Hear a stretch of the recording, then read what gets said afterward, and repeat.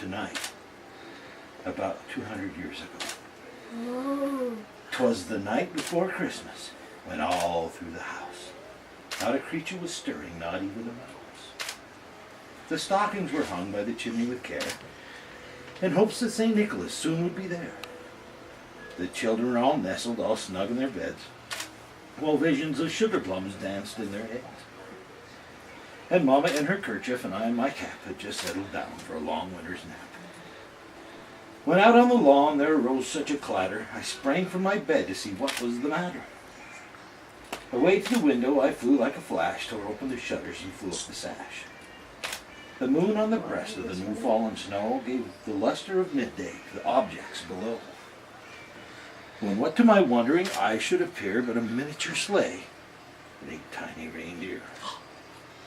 We want to see your While a sleigh. little old driver, so lively and quick, I knew in a moment it must be St. Nick. More rapid than eagles his coursers they came, and he whistled and shouted and called them by name. Now Dasher, now Dancer, now Prancer and Vixen, on Comet, on Cupid, on Donner, on Blitzen, to the top of the porch, to the top of the wall. Now dash away, dash away, dash away all. When they meet, oh, I skipped a line. As dry leaves that before the wild hurricane fly, when they meet with an obstacle, mount to the sky. So up to the housetop the coursers they flew, with a sleigh full of toys and St. Nicholas too. And then in a twinkle I heard on the roof the prancing and pawing of each little hoof. As I drew in my hand and was turning around, down the chimney St. Nicholas came with a bound.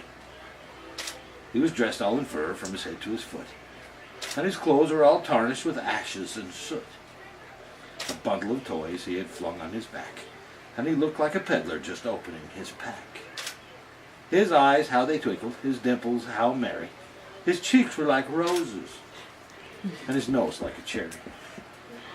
His droll little mouth was drawn up like a bow, and the beard on his chin was as white as the snow.